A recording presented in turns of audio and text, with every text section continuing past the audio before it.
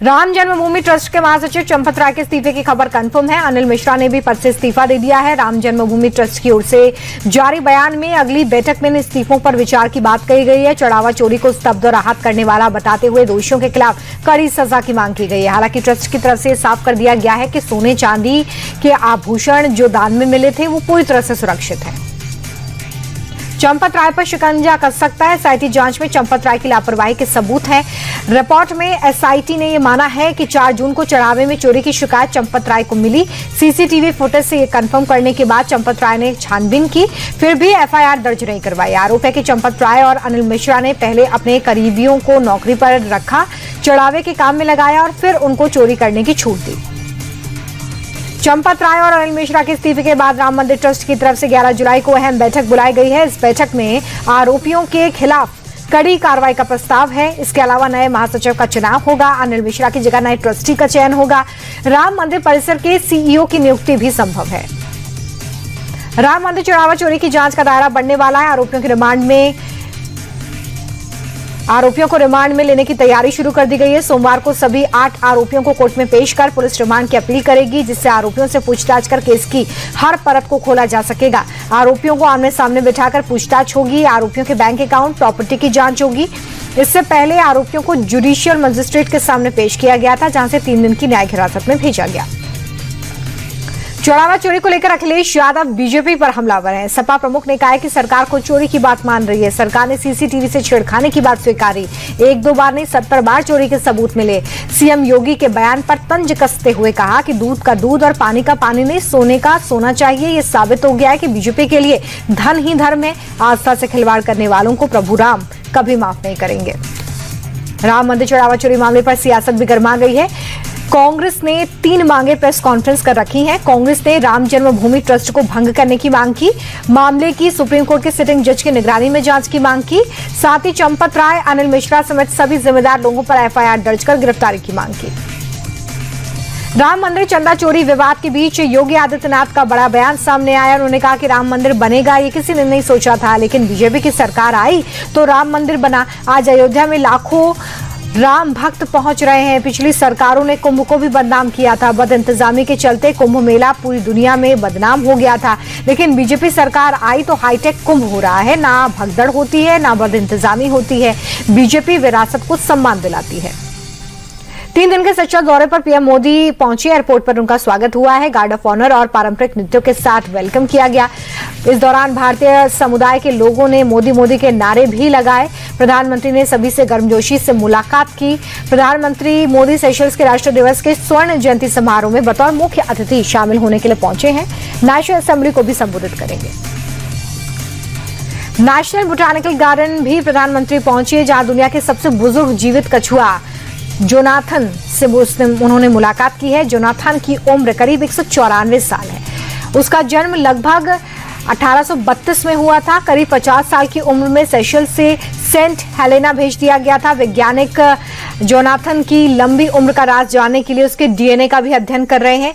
उनका मानना है कि उसकी कोशिकाएं इंसानों की कोशिकाओं की तरह तेजी से बदलाव नहीं करती हैं। राबड़ी देवी के सरकारी बंगला विवाद के बीच पटना के कौटिल्य नगर में लालू परिवार का आलीशान निजी बंगला बनकर तैयार है। बंगले में फिनिशिंग और साफ सफाई का काम हो रहा है। ये बंगला 5 प्लॉट को मिलाकर बनाया गया है, जिसमें 5 बड़े कमरे हैं, 2 बड़े हॉल हैं। घर के बाहर एक गार्डन है। माना जा रहा है कि लालू परिवार जल्द ही अपने इस नए आशियाने में शिफ्ट हो सकता है। पुणे के केतन अग्रवाल हत्याकांड से जुड़ा एक वीडियो सामने आया है। वीडियो एक क्रिकेट स्टेडियम का है। सिया गोयल और चेतन चौधरी दोनों एक साथ नजर आ रहे हैं। सिया चेतन की बाहों में बाहें डाले नजर आ रही है। आपको बता दें कि सिया और चेतन की मुलाकात क्रिकेट के ग्राउंड में हुई थी। चेतन और सिया का भाई आपस में दोस्त है और टीम के लिए क्रिकेट खेलते थे। सिया भी भाई के साथ मैच देखने के लिए जाती थी। यहीं साहिल ने दोनों की मुलाकात करवाई थी। केतन मर्डर केस में एक और बड़ा खुलासा हुआ है। वारदात के बाद सिया और चेतन ने चैट हिस्ट्री को डिलीट किया। मर्डर से पहले और बाद की चैट नहीं है। फोन का रिसाइकिल बिन भी खाली है। सिया और चेतन की चैट हिस्ट्री पुलिस रिकवर करने में जुटी है। दोनों के मोबाइल फोन फॉरेंसिक लैब में भेजे गए हैं। दोनों इस वक्त पुलिस की रिमांड पर हैं, जहां उनसे कई सवाल जवाब हो रहे हैं और उनमें कई खुलासे भी हो रहे हैं। केतन मर्डर मिस्ट्री में बड़ी खबर सामने आई है। सिया ने पूछताछ में सनसनीखेज खुलासा किया और बताया कि केतन सिर पर नकली बालों का पैच लगाता था, हकलाता था, इसलिए वो उससे शादी नहीं करना चाहती थी। पुलिस को बताया कि केतन को रास्ते से हटाना ही उसे बेस्ट ऑप्शन लगा। केतन के पिता का कहना है कि नकली बालों के पैच वाली बात सिया और उसके परिवार को सगाई से पहले बता दी गई थी। गुरुग्राम में बदमाशों के हौसले इस कदर बुलंद है कि वो सरेआम वारदातों को अंजाम दे रहे हैं। मामला पटौदी बिलासपुर रोड पर का है, जहां पर एक पेट्रोल पंप पर गाड़ी में 6,000 रुपए का तेल डलवाकर बिना भुगतान किए ड्राइवर फरार हो गया। इस दौरान आरोपी ने पेट्रोल मशीन का पाइप भी तोड़ दिया। सीसीटीवी की मदद से पुलिस आरोपियों की तलाश में है। भारत पाकिस्तान बॉर्डर पर ड्रोन के जरिए हो रही ड्रग तस्करी के खिलाफ श्रीगंगानगर पुलिस को बड़ी सफलता मिली है। पाकिस्तान से ड्रोन के जरिए भेजी गई 10 किलो 419 ग्राम हेरोइन बरामद हुई है, जिसकी कीमत तकरीबन 52 करोड़ रुपए है। पुलिस ने 2 तस्करों को गिरफ्तार किया है। इसके अलावा कार से 1,40,000 रुपए कैश मिला है। पुलिस ने बताया कि ऑपरेशन सीमा संकल्प के तहत यह कार्रवाई हुई। दिल्ली पुलिस की साइबर सेल ने social media handler Gurman Singh को गिरफ्तार कर लिया है, जिस पर आरोप है कि वो महिलाओं और नाबालिग लड़कियों को सड़क पर जानबूझकर टक्कर मारता है और उनका पीछा कर अभद्र टिप्पणियां करता है। वो बिना इजाजत के उनके वीडियो बनाकर सोशल मीडिया पर अपलोड करता था। आरोपी रोड सेफ्टी वाला नाम से सोशल मीडिया हैंडल चलाता था। राजा गार्डन निवासी सनी अरोड़ा की शिकायत पर पुलिस ने कार्रवाई की। आंध्र प्रदेश के गुंटूर में पुलिस ने 20 मई को महिला की हत्या का खुलासा करते हुए आरोपी को गिरफ्तार कर लिया है। आरोपी और महिला पिछले 3 साल से रिलेशनशिप में थे। युवक ने किसी दूसरी महिला से शादी कर ली, जिसके बाद आरोपी और महिला के बीच में झगड़े होने लगे। इसी कारण उसने महिला को मौत के घाट उतार दिया। गुजरात के खेड़ा में एक पटाखा फैक्ट्री में ब्लास्ट होने से हड़कंप मच गया। धमाका इतना जोरदार था कि 10 किलोमीटर दूर तक की जमीन हिल गई। आसपास के गांवों पर भी असर पड़ा। 2 लोगों के जख्मी होने की जानकारी है। वहीं टीम ने मौके पर पहुंचकर जांच शुरू कर दी है। बताया जा रहा है कि पटाखा फैक्ट्री गैरकानूनी तरीके से चल रही थी। महाराष्ट्र में टीटी पेपर लीक मामले में भिवंडी में पुलिस ने बड़ी कार्रवाई की है। सहारा एयरपोर्ट इलाके से गिरोह के 3 सदस्यों को गिरफ्तार किया गया है। आरोपियों के पास से टीटी परीक्षा के क्वेश्चन पेपर से जुड़े सवाल मिलने की जानकारी आई है। बता दें कि रविवार को महाराष्ट्र में टीटी की परीक्षा होने वाली थी, लेकिन पेपर लीक हो गया। मुंबई से सटे थाने से पेपर लीक मिला है, जिसके बाद परीक्षा को कैंसिल करना पड़ा। महाराष्ट्र के बीड में दर्दनाक सड़क हादसा हो गया। स्कूल बस से उतरने के बाद मासूम बच्ची को बाइक सवार ने टक्कर मार दी। हादसे में बच्ची गंभीर रूप से जख्मी है। अस्पताल में इलाज चल रहा है। सीसीटीवी इसका फुटेज सामने आया है। ड्राइवर ने बस को रॉन्ग साइड में खड़ा किया था, जिसके कारण सड़क पार करने के दौरान बच्ची हादसे का शिकार हो गई।